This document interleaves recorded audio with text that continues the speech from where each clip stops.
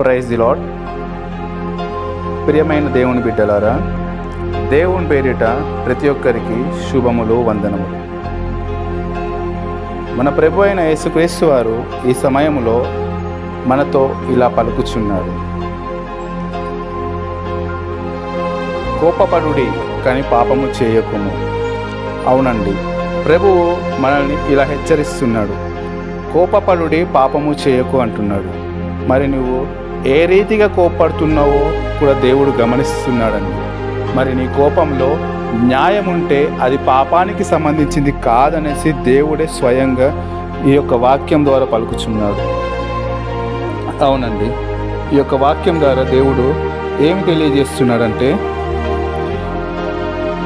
ఎఫెసీయులకు రాసిన లేఖ 4వ అధ్యాయము 26వ వచనం, మీకు కోపం వచ్చినచో ఆ కోపము మిమ్ము పాపంలోనికి లావుకోపోకుండా చూచుకొనుడు. సూర్యుడు హస్తమించులోగా మీ కోపము చల్లారిపోవలను.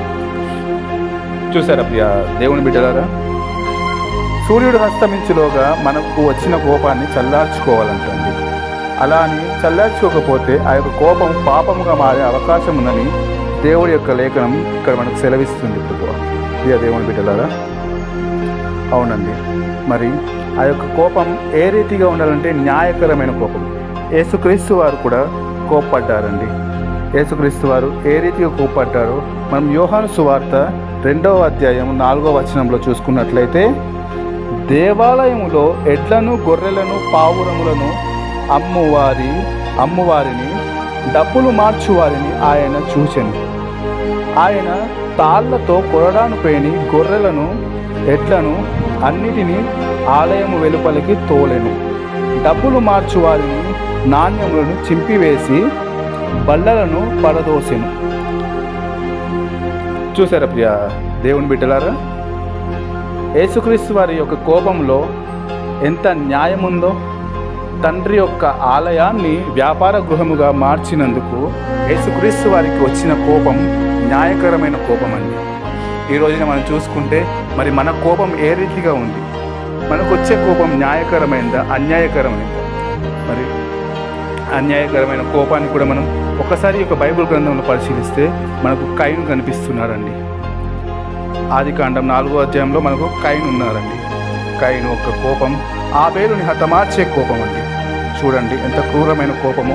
అటువంటి కోపం కలిగి ఈరోజు నేను జీవిస్తున్నామా?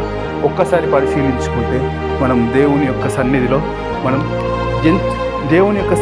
మనం చేర్చబడిన వారం అవుతాం.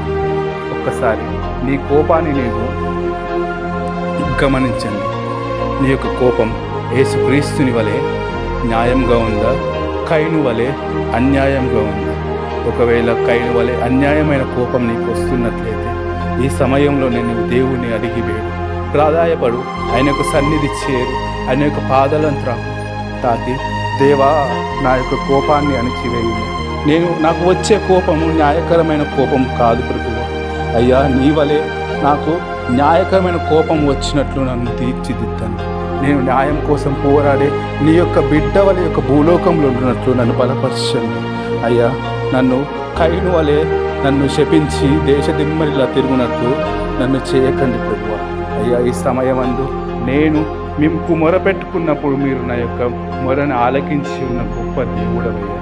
యేసయ్యా, మీ వలె నేను ఈ యొక్క భూలోకంలో జీవించేటప్పుడు నాకు కావాల్సిన మార్గాన్ని నాకు కలుగజేయమనేసి మన ఆదరైన యేసుక్రీస్తుని మన అతి పరిశుద్ధ నామంలో యొక్క చిన్ని ప్రార్థన అడిగి బతిమలాడుకుని పొందుకొని ఉన్నాను పరమ తండ్రి. ఆమేన్.